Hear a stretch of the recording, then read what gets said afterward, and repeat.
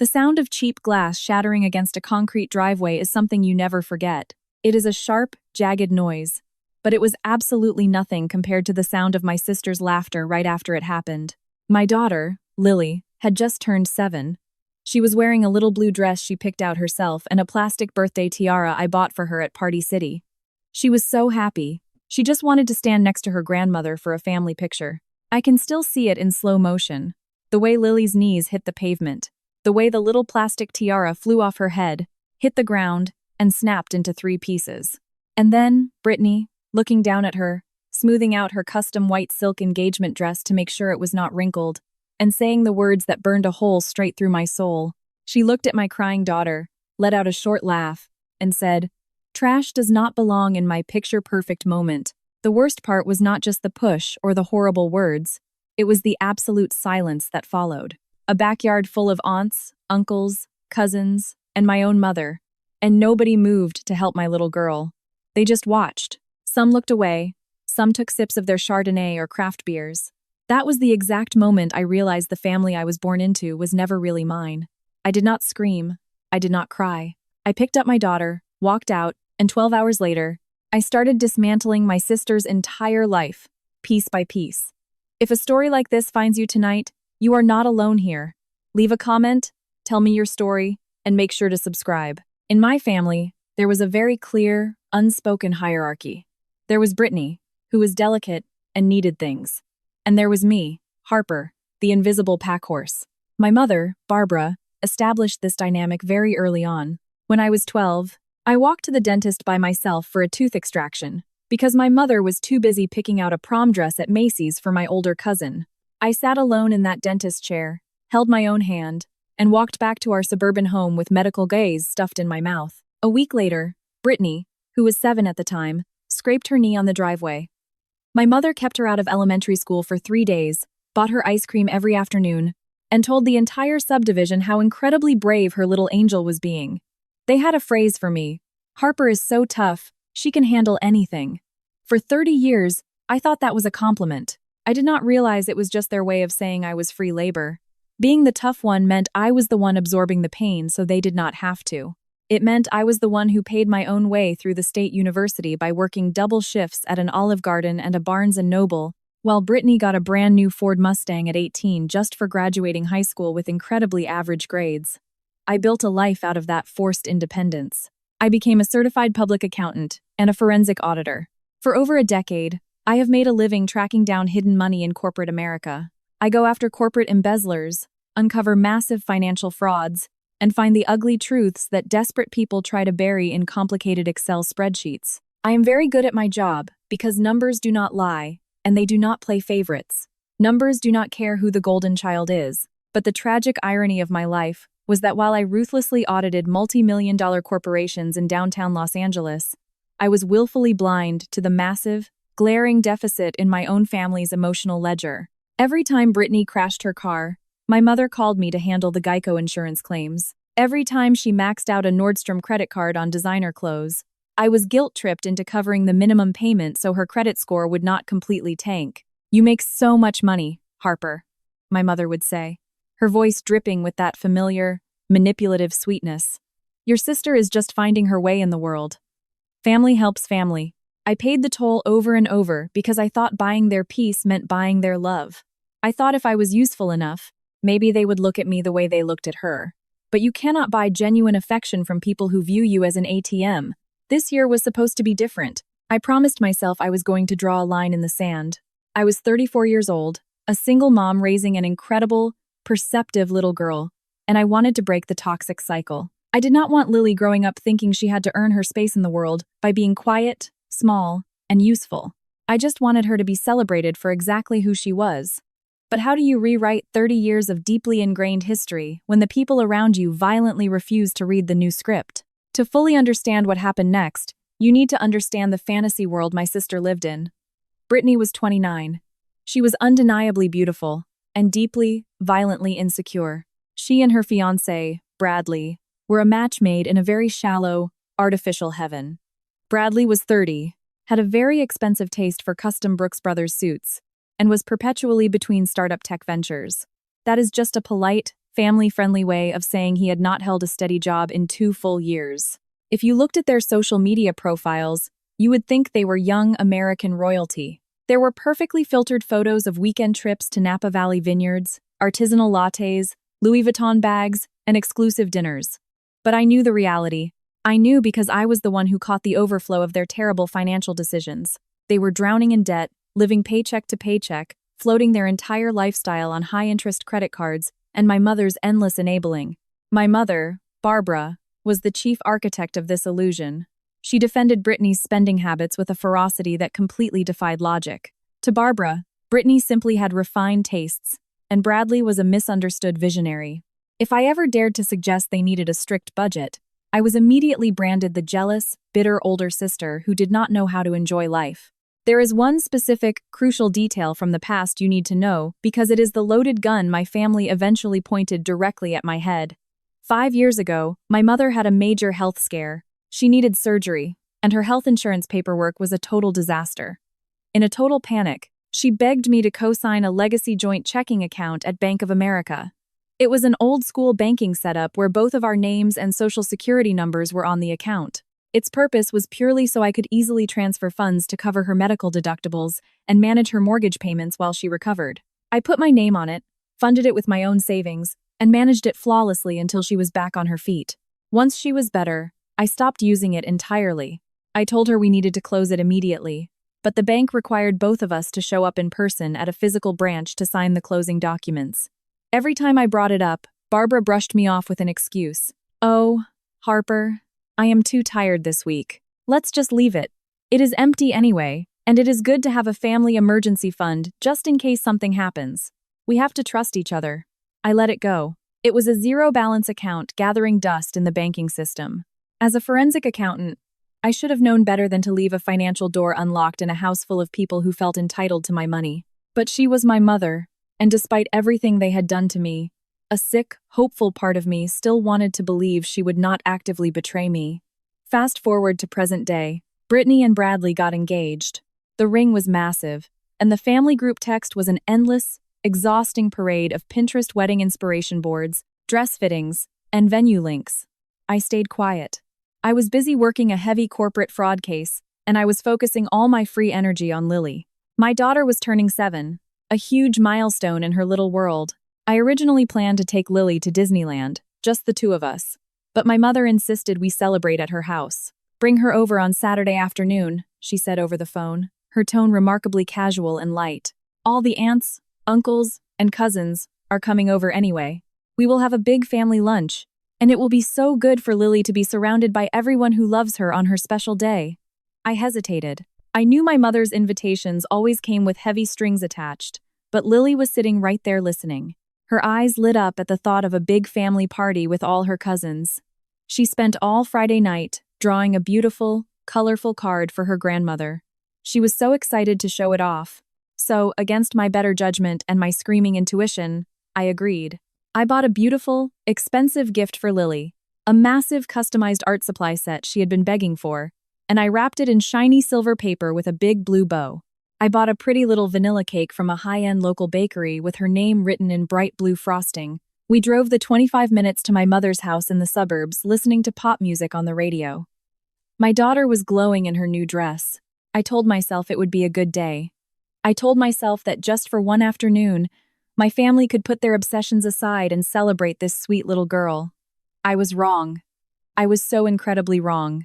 What was waiting for us at that house was not a birthday party at all. It was a stage set for my sister's endless vanity, and my daughter was about to be treated like an unwanted prop in someone else's movie. Do you know what it feels like to walk into a trap set by your own mother? We pulled into my mother's driveway, and the first thing that hit me was a deep, sinking feeling in the pit of my stomach.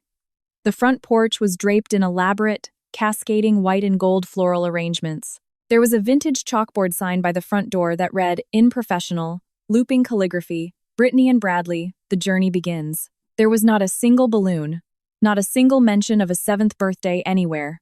I unbuckled Lily, grabbed her silver-wrapped present and the bakery box, and walked inside. The living room was packed with relatives holding crystal flutes of champagne. The dining table had been completely cleared and replaced by a massive, tiered display of engagement photos, expensive catered hors d'oeuvres, and a huge floral centerpiece that must have cost a fortune. My mother spotted me from across the room and hurried over. She did not look at Lily.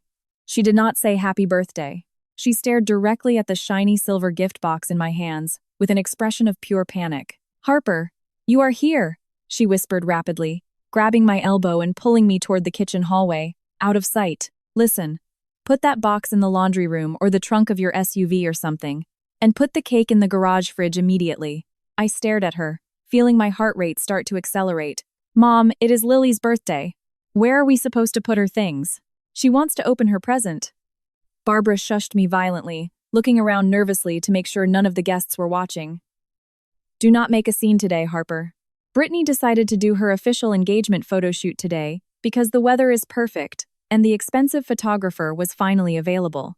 The theme is pastel and white. That shiny silver paper completely ruins the aesthetic of the room. We will do Lily's little cake thing after the photographer leaves and things settle down. Just be easy today, okay? Do not ruin your sister's big moment." My blood ran absolutely cold. She had hijacked my daughter's birthday to host an engagement photo shoot for my sister, and she expected me to just fall in line like a good little soldier. I looked down at Lily. She was clutching her handmade card for Grandma, staring at the room full of loud adults who were completely ignoring her existence. "Mom," I said, keeping my voice dangerously low, "you invited us here for a birthday party, and she is going to have one. Just wait your turn," Barbara hissed, her fake smile instantly pasted back on for a passing aunt. "Be strong, Harper. Do not be difficult. It is only a few hours." I swallowed the anger. It tasted like ash, but I did it for Lily because I did not want to start a screaming match and scare her on her birthday. I walked silently to the back room. I hid the silver present in a dark closet and shoved the custom cake behind a carton of milk in the fridge. When I came back out, Brittany was holding court in the exact center of the room. She was wearing a custom-made silk dress, laughing loudly, flashing her diamond ring for the older aunts. Bradley was standing next to her, looking incredibly smug and holding a bourbon on the rocks. Brittany noticed me and gave a little dismissive wave. "Oh, hey Harper, glad you could make it to our special day."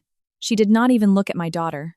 For the next 2 excruciating hours, Lily and I sat in a corner of the living room. I fed her little catered cucumber sandwiches and told her funny stories to distract her. She kept asking when she could give her card to Grandma.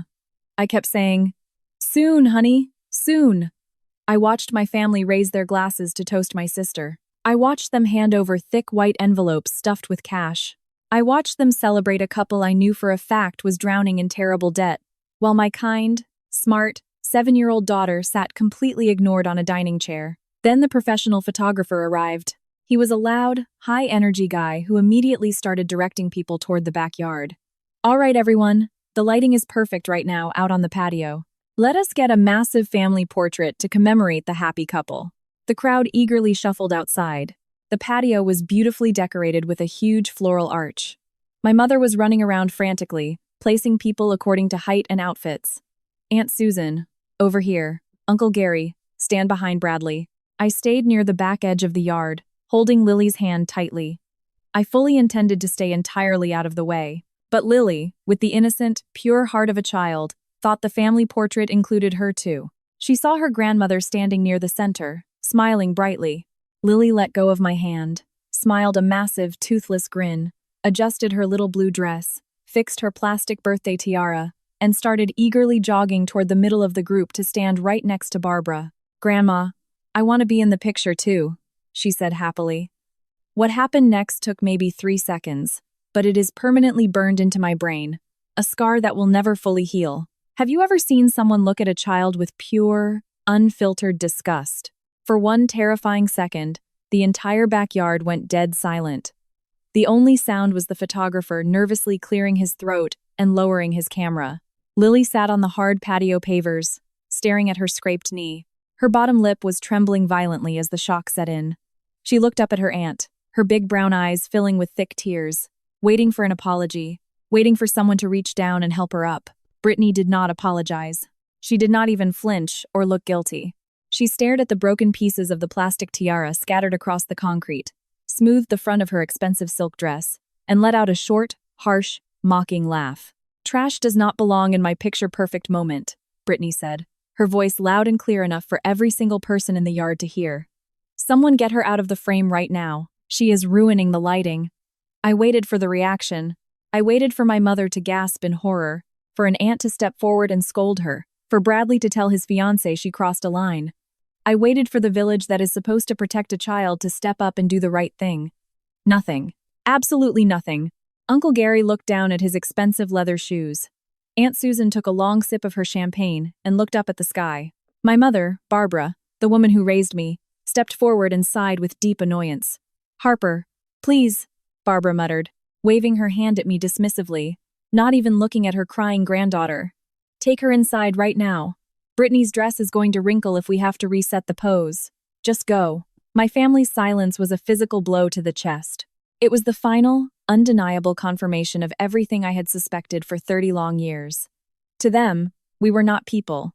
We were not family. We were just inconveniences blocking their perfect lighting. I did not scream. I did not throw a champagne flute through a window. In my line of work, you learn very quickly that losing your temper means losing your power entirely. When you find the smoking gun in a massive financial audit, you do not yell at the suspect. You quietly pack your briefcase, build the bulletproof case, and let the federal authorities deliver the strike. I walked over to my daughter. I knelt on the cold stone and gently scooped her up into my arms. I wiped a stray tear from her cheek with my thumb and kissed her forehead. I stood up, holding her tightly against my chest. I looked directly at Brittany. Her smug, victorious smile faltered just a tiny fraction when she finally met my eyes, because there was no pain or sadness in my expression anymore, only absolute, terrifying coldness. I looked at my mother, who actively refused to make eye contact with me. I did not say a single word. I turned my back on the floral arch, the expensive champagne, and the people who shared my DNA. I walked out the side gate, straight down the driveway, and buckled Lily into her car seat. I walked back into the house just long enough to grab her silver-wrapped present from the dark closet and the cake from behind the milk in the fridge, walking right past a cousin who awkwardly tried to offer me a paper napkin. I got into the driver's seat, started the engine, and drove away. That was the last time I ever acted like the good, obedient daughter. The tough one was officially dead. The forensic accountant was driving the car now, and the forensic accountant does not forgive. She investigates. What would you do if your family treated your child like trash? The drive from my mother's house to our apartment takes exactly 25 minutes. For the first 15 minutes, the inside of the SUV was incredibly heavy with silence. I kept my eyes locked firmly on the road, gripping the steering wheel so tight my knuckles turned completely white, trying to process the pure cruelty of what had just happened on that patio. Then, from the back seat, a small, fragile, broken voice shattered the silence. "Mommy." I looked in the rearview mirror. Lily was clutching the torn strap of her blue dress, her eyes red and puffy from crying quietly. "Yes, honey, I am right here." "Am I trash?" she asked. Her voice cracked on the last word, and a fresh tear rolled down her cheek. "Is that why Grandma did not want my picture?" I felt like someone had shoved a jagged knife between my ribs and twisted it. The generational trauma, the decades of being treated like a second-class citizen in my own family, had just been passed down directly to my innocent 7-year-old daughter. I pulled over onto the shoulder of the highway. I immediately put the car in park, unbuckled my seatbelt, and climbed into the back seat to sit right next to her. I took her little hands in mine and looked straight into her beautiful brown eyes.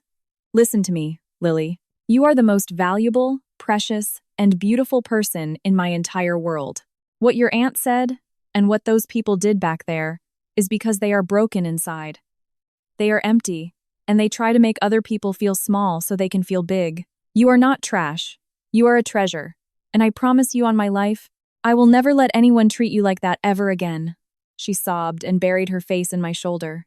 We sat there on the side of the road until her breathing calmed down and she stopped crying. I drove us to a fancy, brightly lit bakery in downtown Los Angeles.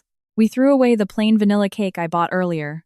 I told Lily she could pick out the biggest, most ridiculous cake in the entire display case. She chose a massive triple-layer chocolate cake covered in bright rainbow sprinkles. When we got home, we put on her favorite Pixar movie.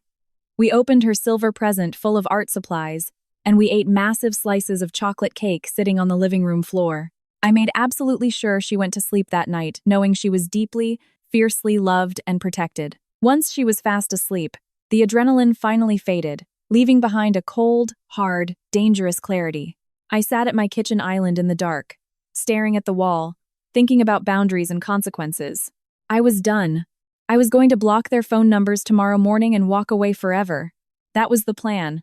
Just completely disappear from their lives. But at exactly 11:45 that night, my phone buzzed violently on the granite counter. It was not a text message from my mother. It was not a fake apology from Brittany. It was an automated security alert from a premium credit monitoring app, one I used for my professional accounting work. The bright notification lit up the dark kitchen, casting a harsh glare on the counters.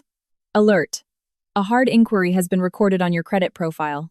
Source: the Heritage Country Club and Event Management. I stared at the screen, my eyes narrowing.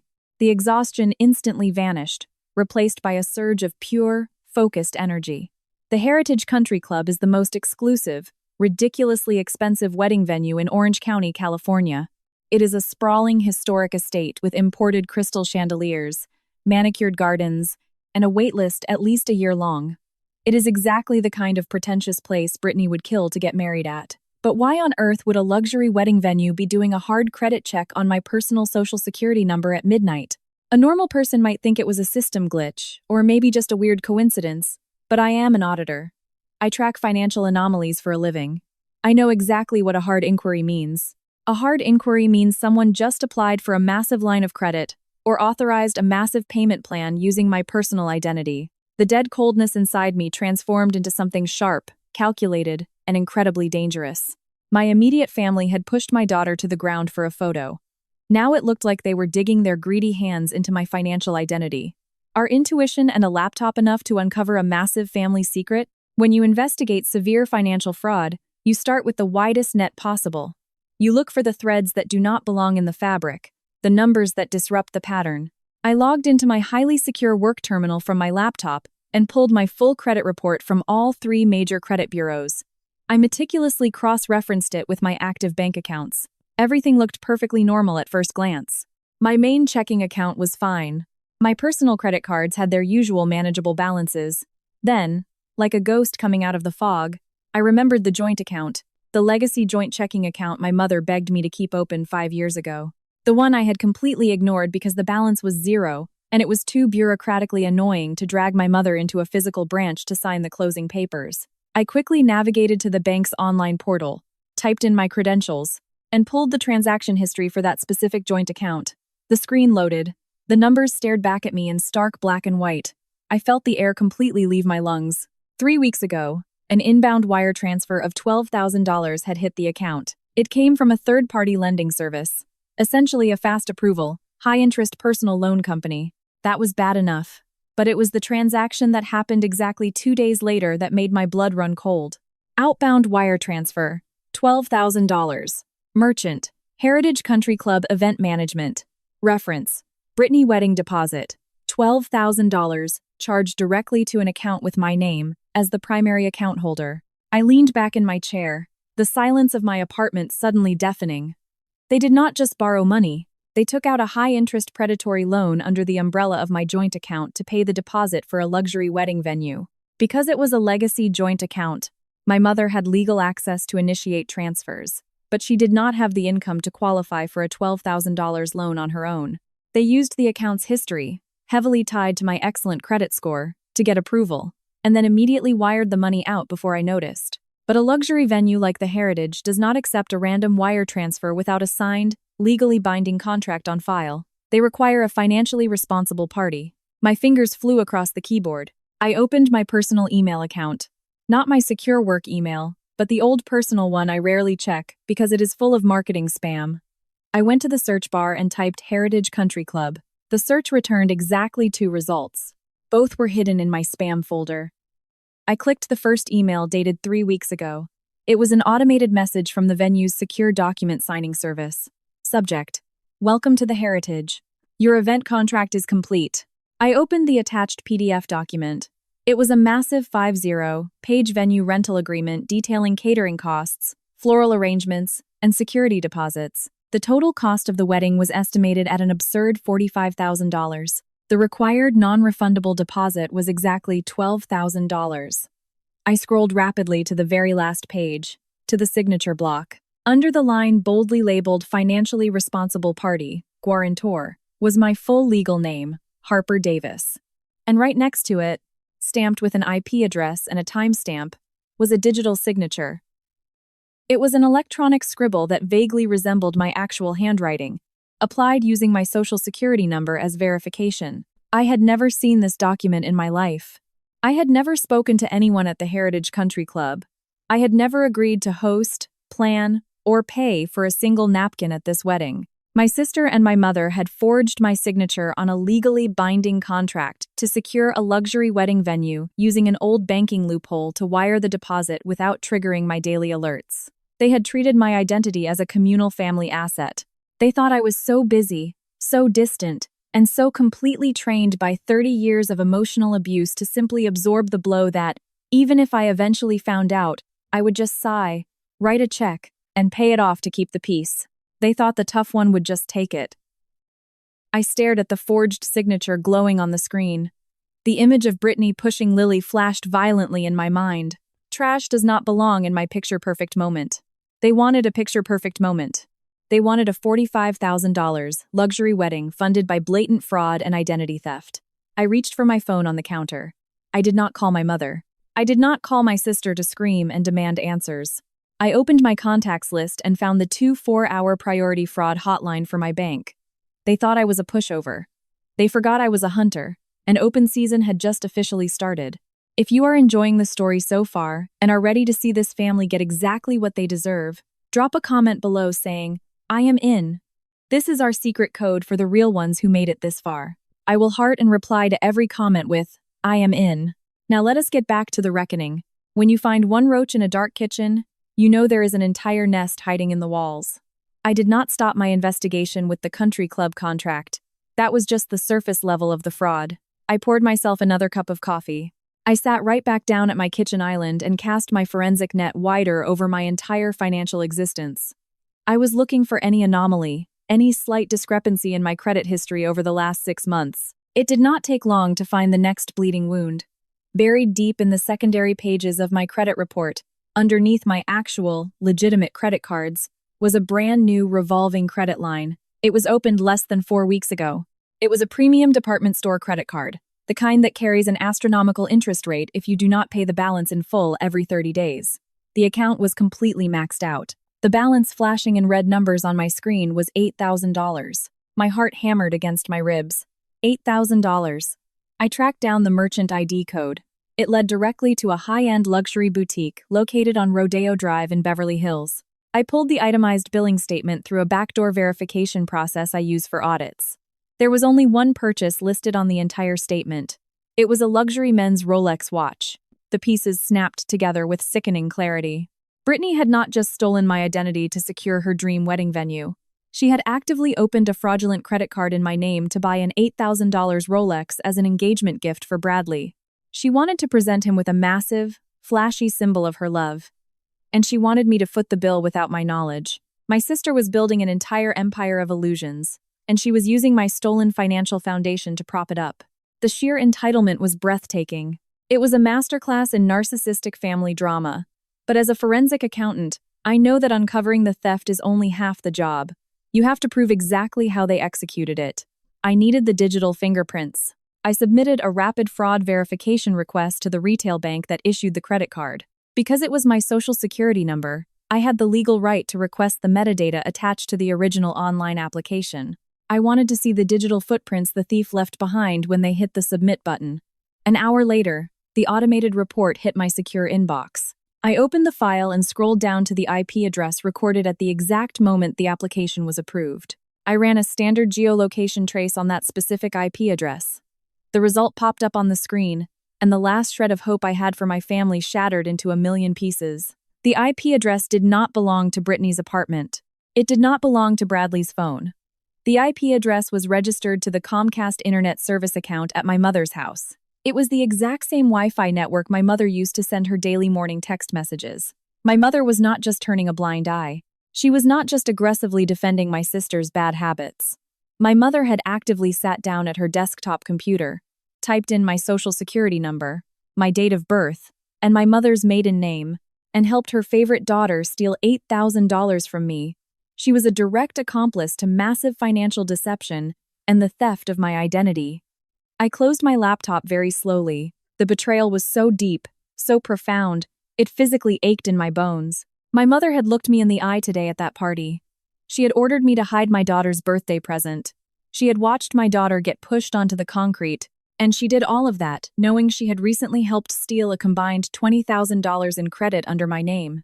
They truly believed I was a bottomless resource, a machine that existed solely to fund their toxic, perfect family narrative. They thought they could humiliate my daughter and steal my future on the exact same day. I looked over into the living room. Lily was fast asleep on the couch, surrounded by her new art supplies, a little smudge of chocolate frosting still on her cheek. My mother chose her golden child. Now I was choosing mine, and I was about to unleash a financial firestorm they would never recover from. How do you burn down a toxic family without lighting a single match? Monday morning arrived. I did not drop Lily off at school. I called in sick for her. I made her a huge stack of pancakes and set her up with her new art supplies at the kitchen table. I needed her where I could see her. I needed to know she was safe while I went to war. At exactly 8:00 a.m., I picked up my phone and dialed my primary bank's priority fraud division. I did not sound angry. I did not sound like a victim. I sounded exactly like a forensic accountant reporting a confirmed, documented crime. My name is Harper Davis, I told the agent calmly. I am reporting a confirmed case of aggravated identity theft and wire fraud.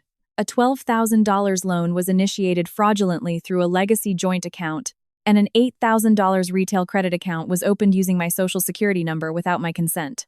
I have the IP logs and the forged digital signatures. The agent's tone instantly shifted from polite customer service to serious compliance mode.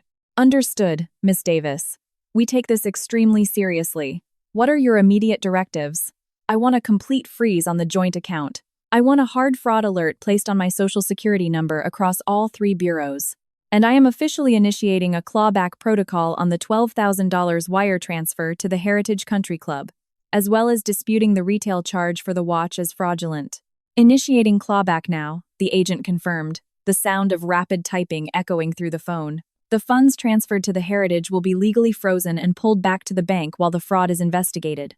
The retail card will be locked and flagged for criminal review. This process is irreversible once initiated. Do it, I said, my voice as cold as ice. The trap was officially set.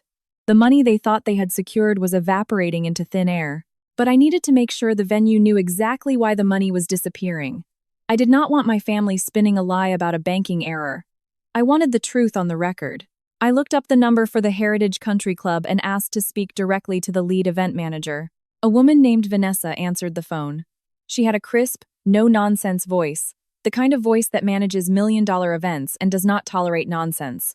This is Vanessa. How can I help you? My name is Harper Davis, I said.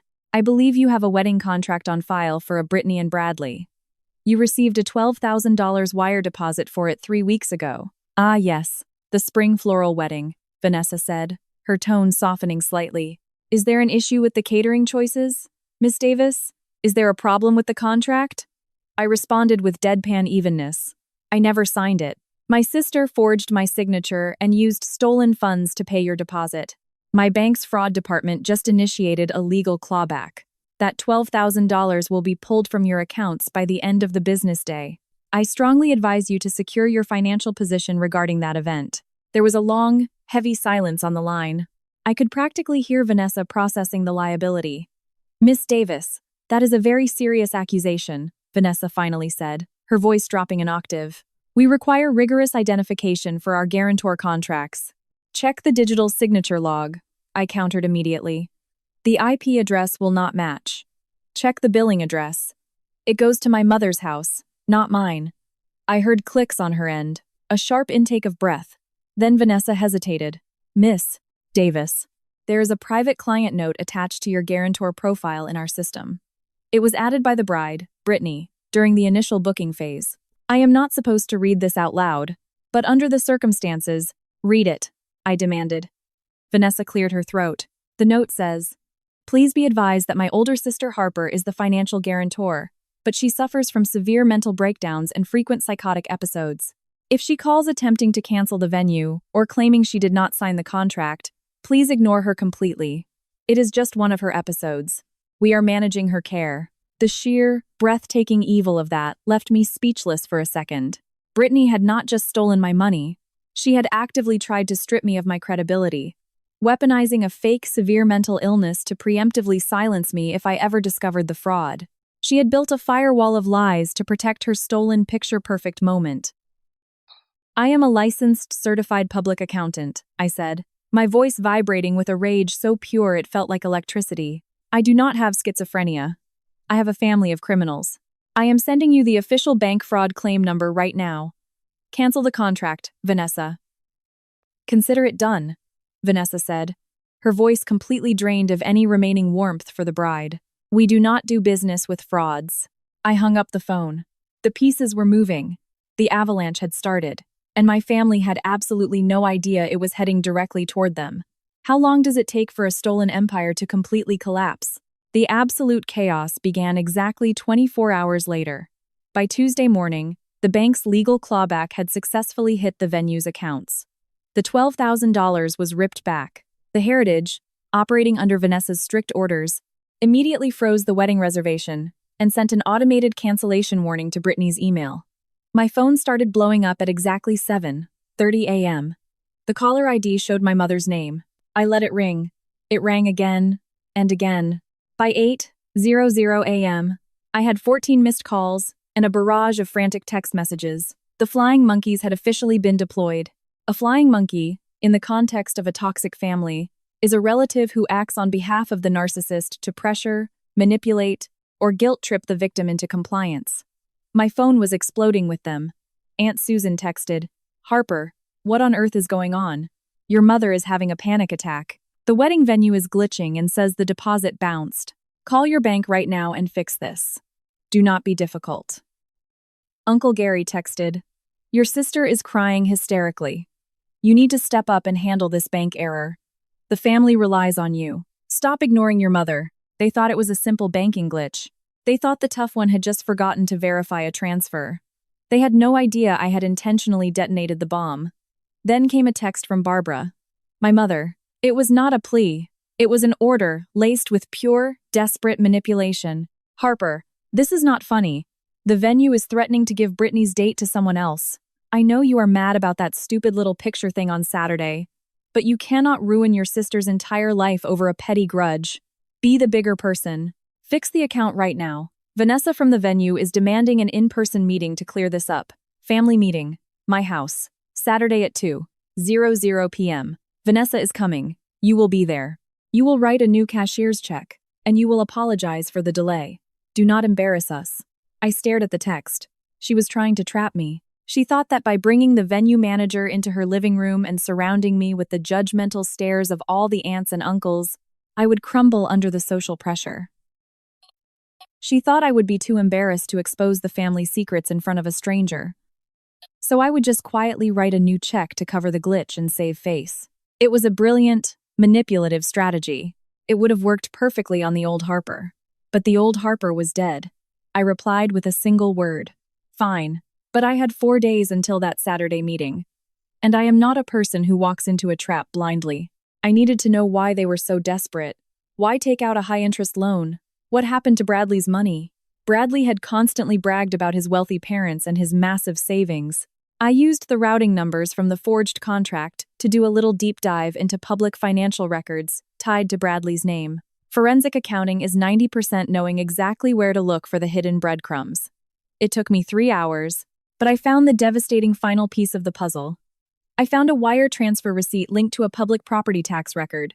Bradley's parents, an older, respectable couple living 2 states away in Arizona, had generously gifted the couple $15,000 exactly 2 months ago. The memo line on the wire transfer literally read, "For the wedding venue. Love, Mom and Dad." They had the money. They had $15,000 in cash. So where did it go? I cross-referenced Brittany's public Instagram posts with international flight data. Exactly 6 weeks ago, Brittany and Bradley took an ultra-luxury, 2-week vacation to Tulum, Mexico. They stayed in a 5-star private villa, rented a yacht, and posted endless photos about their pre-wedding honeymoon phase. The truth hit me like a freight train. They did not lose the venue money. They deliberately blew Bradley's parents' money on a luxury vacation in Tulum, just to look rich on the internet, and when the actual wedding venue bill came due, they panicked. They could not ask Bradley's parents for more money without exposing the lie. They could not afford it themselves. So they looked at me, the quiet, reliable, invisible sister, the tough one. They decided to steal $20,000 of my identity to cover up their massive, irresponsible lie. I printed the flight records. I printed the wire transfer receipt from Bradley's parents. I printed the forged contract, the IP logs showing my mother's involvement, and the billing statement for the $8,000 Rolex. I compiled every single piece of evidence into 5 identical, separate brown manila envelopes. Saturday was approaching. My mother wanted a family meeting to force me into submission. She wanted an audience. I was going to give her the greatest show of her entire life. Are you ready to see a toxic empire fall? I pulled up to my mother's house at exactly 2:00 p.m. on Saturday. I did not bring Lily. She was safe at home having a movie marathon with a trusted babysitter. I walked up the driveway holding nothing but my car keys and 5 identical brown manila envelopes tucked under my arm. I opened the front door and stepped into the living room. The atmosphere was incredibly oppressive. It felt like walking into a courtroom where the jury had already been heavily bribed. Every single flying monkey was there. Aunt Susan, Uncle Gary, and 3 older cousins were sitting on the sofas with their arms crossed, glaring at me with expressions of deep disappointment and judgment. Brittany was sitting in a velvet armchair, dabbing her perfectly dry eyes with a tissue, flawlessly playing the role of the traumatized victim. Bradley stood behind her looking nervous, but maintaining his fake posture of authority. My mother, Barbara, stood in the center of the room, and sitting on the small love seat, looking incredibly uncomfortable and deeply professional, was Vanessa, the manager from the Heritage. She had a leather portfolio in her lap. Barbara spotted me and immediately started her performance. Harper, finally, Barbara sighed loudly, shaking her head like she was dealing with a rebellious teenager. Come in, sit down. We are all here to support you through whatever emotional crisis you are currently having, but this petty behavior has to stop. You have caused Brittany a lot of unnecessary stress. I did not sit down. I stood in the exact center of the room, my posture straight, my face completely expressionless. Aunt Susan chimed in right on cue. Seriously, Harper, canceling the venue deposit just because you were a little jealous of Brittany's photo shoot? That is incredibly immature. You make plenty of money. Stop trying to ruin your sister's special day. Brittany let out a dramatic, fake sob. I just do not understand why she hates me so much, she whined, looking at Vanessa to make sure the manager registered her pain. I just wanted a beautiful wedding. Bradley stepped forward, pointing a finger at me. You need to fix this right now, Harper. Vanessa was kind enough to drive out here to accept a new certified check. You are going to write that check, apologize to my fiancé, and we are going to put this embarrassing bank glitch behind us. The trap was fully sprung. The pressure was immense. 30 years of social conditioning screamed at me to just apologize, write the check, and make the uncomfortable tension in the room go away. That is how toxic families win. They weaponize your natural desire for peace. I looked at Vanessa. She was watching me closely, her eyes darting between me and Brittany. She knew about the schizophrenia note. She was waiting to see which version of me was real. I took a slow, deep breath. I did not raise my voice. I did not yell. I spoke with the calm, measured authority of a forensic accountant presenting a fatal audit to a board of directors. There is no bank glitch, I said, my voice cutting through the thick tension in the room like a razor blade. And I am not writing a check for a single red cent.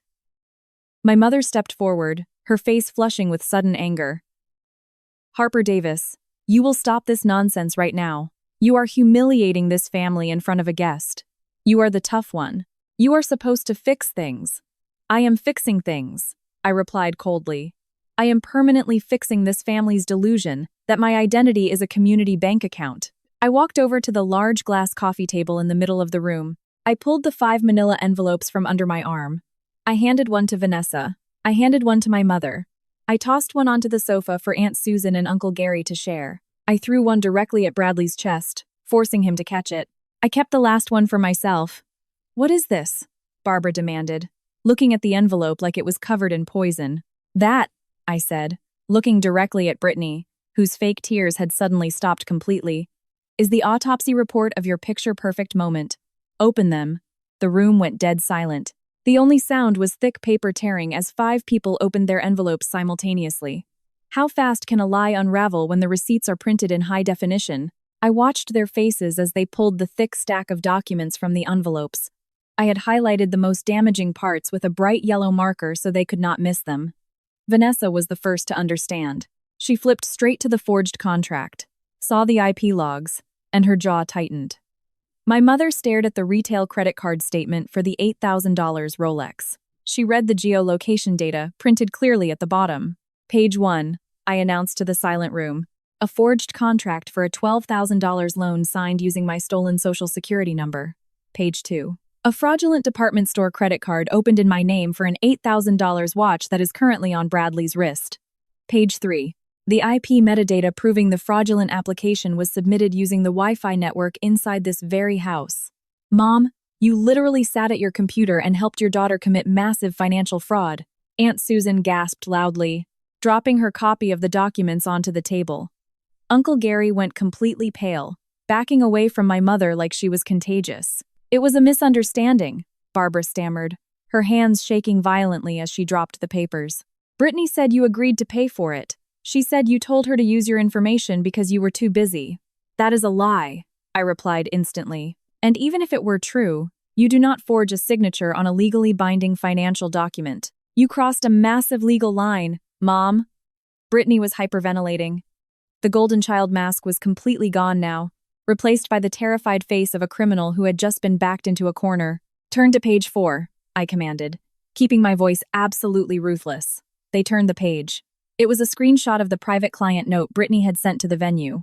For 30 years, all of you told me I was the tough one, I said, looking at the aunts and uncles who were now staring at Brittany with absolute horror. But when my sister needed to steal my money, she submitted a note to the venue claiming I suffered from severe mental breakdowns and psychotic episodes just so no one would believe me when I reported the fraud. The room erupted. Aunt Susan started screaming at Barbara. Uncle Gary looked sick to his stomach. Vanessa stood up, snapping her leather portfolio shut. This is a criminal matter, Vanessa declared loudly, silencing the room. The Heritage Country Club is officially canceling the event. You are blacklisted from all our properties. I strongly advise you to get a lawyer. She looked at me, gave a brief nod of respect, and walked right out the front door. Bradley was pacing rapidly across the room, tugging at his expensive collar. The reality of massive financial deception was sinking into his brain.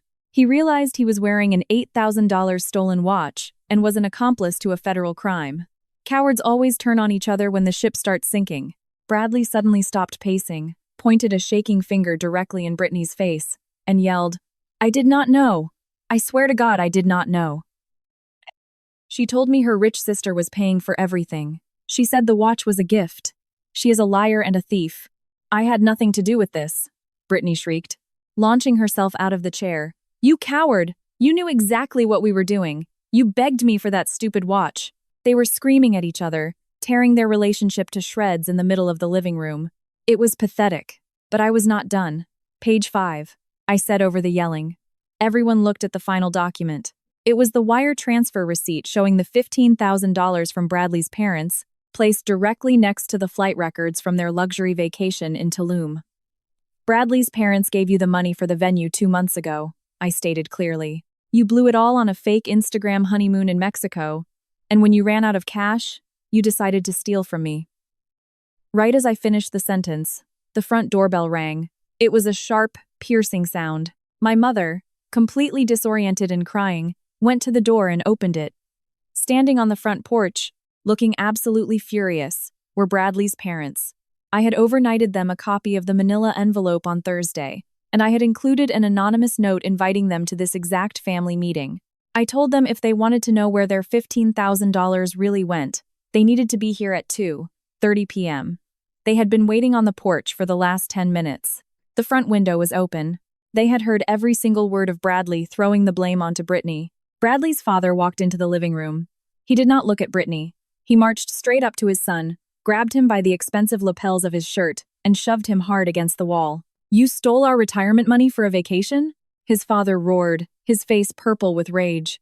You lied to us, and you let this girl steal her sister's identity? Dad, please, listen to me, Bradley begged, actually crying now. The wedding is off. his mother said from the doorway, her voice shaking with disgust. The engagement is off. You are going to pack your things, and you are going to pay us back every single cent, or I will call the police myself. The uninvited guests had delivered the final blow. The picture-perfect moment was officially reduced to ashes. The living room was a scene of absolute devastation. Bradley was practically dragged out the front door by his furious parents, leaving his keys on the table. The engagement was dead. The wedding was canceled. Brittany was completely alone. She collapsed onto the floor, pulling her knees to her chest, sobbing uncontrollably. The $8,000 Rolex lay abandoned on the coffee table. She was facing a massive mountain of high-interest debt, a canceled venue, and the very real threat of a federal fraud investigation. There was no Bradley to save her. There was no Instagram filter that could fix this. Aunt Susan and Uncle Gary quietly gathered their coats and slipped out the back door without saying a single word. They did not want to be anywhere near the blast radius of this toxicity. They had finally seen the golden child for what she really was. My mother, Barbara, looked around the empty, ruined room. Her entire world, her entire narrative of the perfect, successful family had just been vaporized in under 20 minutes. She looked at me, standing calmly by the table. She took a step forward, raising her hands, trying to summon that old, manipulative maternal warmth. Tears were streaming down her face. "Harper, please," Barbara whispered, her voice cracking. "Please, we can fix this. You made your point. We are so sorry. Please, just call the bank and withdraw the fraud charges. If you do not, your sister is going to be in serious legal trouble. I could face consequences. Please, you are the tough one. You have to save us." She reached out and tried to grab my arm. She tried to pull me into a hug. I took a sharp step backward. I did not let her touch me. "You are right about one thing, Mom," I said, my voice completely devoid of emotion. "I am the tough one. But for 30 years, you manipulated me into believing that being tough meant carrying your burdens. It meant paying your debts. It meant taking the hits so you and Brittany could pretend to be perfect." I looked down at Brittany, who was crying loudly into the rug. "You pushed my 7-year-old daughter onto the concrete," I told her. "You called her trash because she got in the way of your fake, fraudulent spotlight. You tried to ruin my credit, my identity, and my sanity." I looked back at my mother. "Anyone who treats my daughter like trash has no place in my picture-perfect moment," I said clearly. "I am not withdrawing the fraud charges. I am not closing the investigation. The bank has all the evidence. What happens next is between you, Brittany, and the federal government. Do not ever contact me or my daughter again." I turned around and walked out the front door. I did not slam it. I did not run. I walked down the driveway with my head held high, the afternoon California sun warming my face. I got into my car, started the engine, and drove away from that house for the last time. The weight that lifted off my chest as I merged onto the freeway was indescribable. 30 years of heavy, suffocating expectations simply vanished. I was no longer the family ATM. I was no longer the invisible packhorse.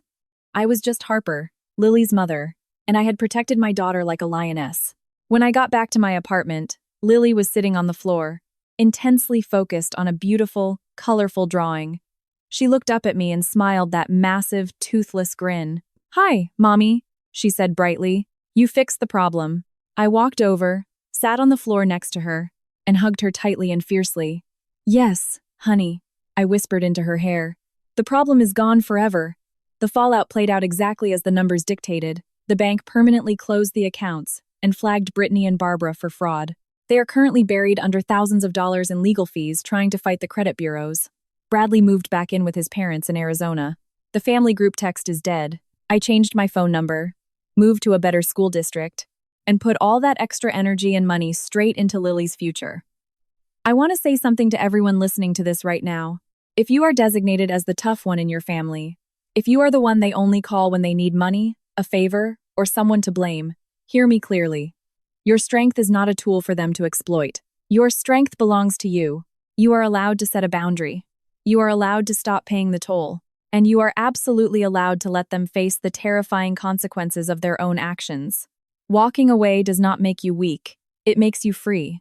Now, I want to ask all of you a question.